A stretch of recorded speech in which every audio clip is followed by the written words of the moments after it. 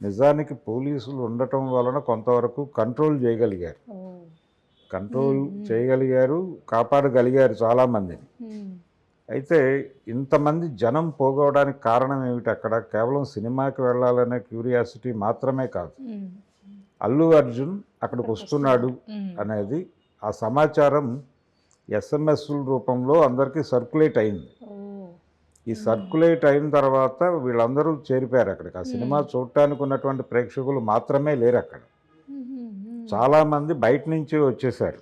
ఆ వచ్చిన వాళ్ళతో క్రౌడ్ అయింది. ఆ క్రౌడ్లో ఆయన వచ్చి బయట నుంచి చెయ్యి ఊపటం ఇలాంటి కార్యక్రమాలన్నీ నిర్వహించాడు అక్కడ. దాంతో జనాలు అతను దగ్గరగా చూడాలనే ఆతృతతో తోసుకుని వెళ్ళటాలు, ఈ ప్రాసెస్లో ఈ సినిమా చూడటానికి వెళ్ళినటువంటి ప్రేక్షకులు కూడా ఇరుక్కుని ఆ తొక్కిసలాటలో జరిగినటువంటి సంఘటన ఇది. ఈ మహిళ చనిపోవటం అనేది. చనిపోయింది. తర్వాత ఆ బిడ్డ కూడా అదే కండిషన్లో ఉన్నాడు. ఏం జరుగుతుంది అంటే ఇక్కడ ప్రధానంగా చూడవలసింది తను ఆ కెపాసిటీ అంత ప్రీ రిలీజ్ ఈవెంట్స్కే వాళ్ళు చాలా కేర్ తీసుకుంటారు ఈ తొక్కిసలాటలు అవి జరగకుండా ఉండటానికి. అటువంటి ప్రికాషన్స్ తీసుకోవడానికి అవకాశం లేదు. ఎందుకంటే అది ప్రైవేట్గా సర్క్యులేట్ అయింది ఆయన వస్తున్నాడు అనేది. అది ప్రభుత్వానికి ఇన్ఫార్మ్ చేస్తే వీళ్ళు కట్టుదిట్టమైన భద్రతా ఏర్పాట్లు చేసుకుంటారు. అది ప్రభుత్వానికి ఇన్ఫార్మ్ చేసి జరిపిన కార్యక్రమం కాదు. ఆయన వస్తున్నాడు, ఆ వస్తున్న విషయం ఆయన పిఆర్ టీం ద్వారా ప్రపంచానికి తెలిసిపోయింది. ముందే తెలిసిపోయింది. జనం వచ్చేసారు, ఫ్యాన్స్ వచ్చేసారు. వాళ్ళు ఒక హడావిడి ఊహిస్తారు. ఇక్కడ ప్రధానంగా చూడాల్సింది ఏంటంటే ఎవరైనా స్టార్ హీరోకి వాళ్ళకు ఒక 10 మందో 15 మందో బౌన్సర్స్ ఉంటారు. కాబట్టి వాళ్ళ దగ్గరికి వెళ్ళటానికి వీళ్ళందరూ అడ్డుకుంటారు. కాబట్టి వాళ్ళు ప్రొటెక్టివ్గానే ఉంటారు. కానీ థియేటర్లో సినిమా చూడటానికి వచ్చిన ప్రతి ప్రేక్షకుడికి 20 మంది బౌన్సర్లు ఉండరు కదా. కాబట్టి వీళ్ళు లోన్లీగా అందులో ఇరుక్కుంటారు. ఆ ఇరుక్కోవటం, సినిమా హాళ్ళ దగ్గర తొక్కిసలాటలో మనుషులు చనిపోవటం అనేది కొత్త కాదు, గతంలో కూడా జరిగింది. కాకపోతే అవన్నీ టికెట్ల కోసం గొడవ. బుకింగ్ కౌంటర్ దగ్గర జరిగినటువంటి తొక్కిసలాటలో చనిపోవటం అనేది ఇందిరా సినిమా అప్పుడు జరిగింది. స్వయంగా చిరంజీవి గారు చాలా సందర్భాల్లో చెప్పుకున్నాడు. ఆయన తన తమ్ముడిని తీసుకుని నెల్లూరులో ఎన్టీ రామారావు గారు రాము అనే సినిమా చూడటానికి వెళ్ళినప్పుడు ఆ బుకింగ్లోకి వెళ్ళిన తర్వాత నేను బతికి బయటపడతానా లేదు నేను తీసుకొచ్చిన తమ్ముడిని చంపుకుంటానా అని భయం వేసింది నాకు. అతి కష్టం మీద బయటపడ్డాం ఆ రోజు అని ఆయన చాలా సందర్భాల్లో చెప్పుకున్నాడు వేదికల మీదే.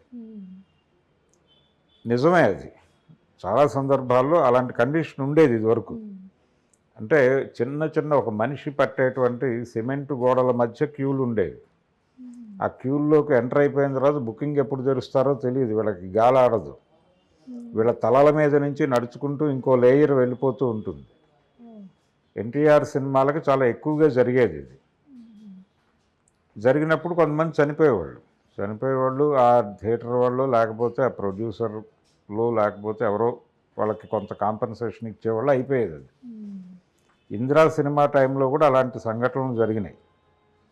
ఆ సందర్భంగా మొదటిసారి ఆయన ఈ రాము టైంలో తాను పడ్డ ఇబ్బంది గురించి మాట్లాడాడు. నేను కూడా ఫేస్ చేశాను ఈ ప్రాబ్లం అని.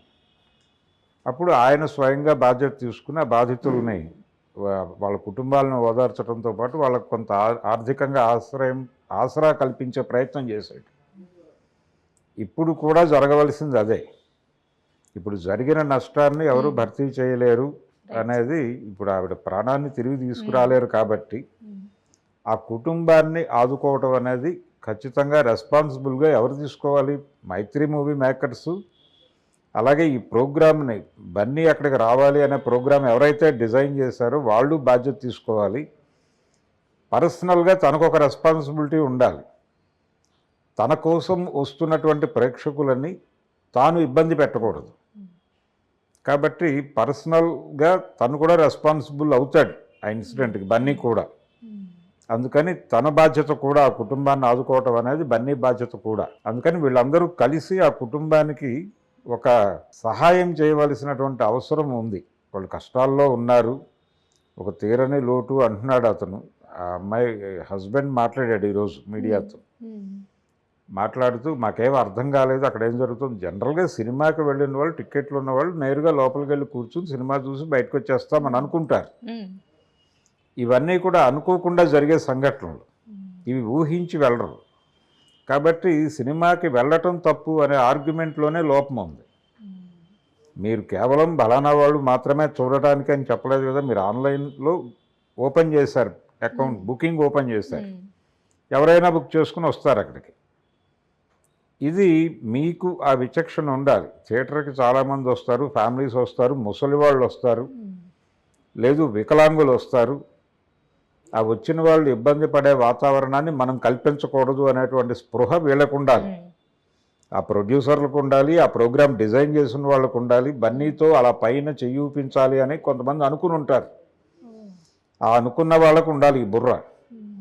అలాగే స్వయంగా తనకి తెలియాలి ఇలాంటిది ఏదైనా జరగచ్చు అనేటువంటి ఒక అంచనా ఉండాలి. జనాలు తన కోసం పిచ్చెక్కి ఊగటం అనేది, ఆయన ఆ మధ్య ఒక ప్రీ రిలీజ్ ఈవెంట్లో మాట్లాడుతూ ఫ్యాన్స్ను చూసి, అంటే వేరే హీరో అభిమానులు వాళ్ళని చూసి ఫ్యాన్స్ కోసం హీరో అయ్యాను నేను అని చెప్పాడు. అలాంటి ఫ్యాన్స్ తనకు కూడా ఉండాలని చెప్పి హీరో అవ్వాలని అనుకుని అయ్యాను, అభిమానుల్ని చూసి మోటివేట్ అయిన హీరోని నేను అని చెప్పాడు ఆయన.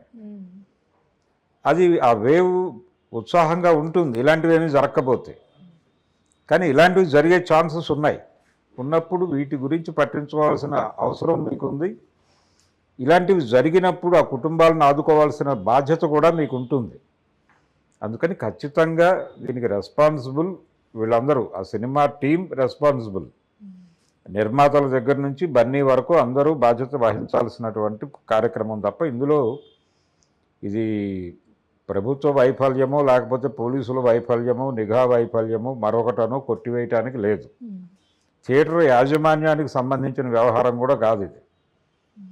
ఆయన వస్తున్నట్టుగా ఎవరు మెసేజ్ పంపించారు అనేది చూడాలి ముందు. వాళ్ళ మీద కేసులు బుక్ చేయాల్సిన అవసరం ఉంది. వాళ్ళతో పాటు ఈ ప్రోగ్రామ్ డిజైను, దానిలో పాల్గొన్న వాళ్ళు వీళ్ళందరూ కూడా నిజానికి ఒక హత్యానేరం లాంటిదే అది. వీళ్ళు చేసిన పని వలన ప్రాణం పోయింది, లేకపోతే ఆవిడ ఆరోగ్యంగా ఇంకొంతకాలం జీవించి ఉండేది.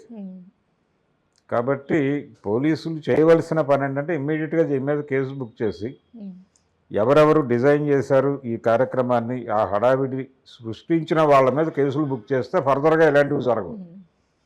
అది జరగాలి. అది జరగకుండా ముందు ఇమ్మీడియట్గా వీళ్ళందరూ స్పందించి వాళ్ళు కన్ఫెస్ అయ్యి ముందు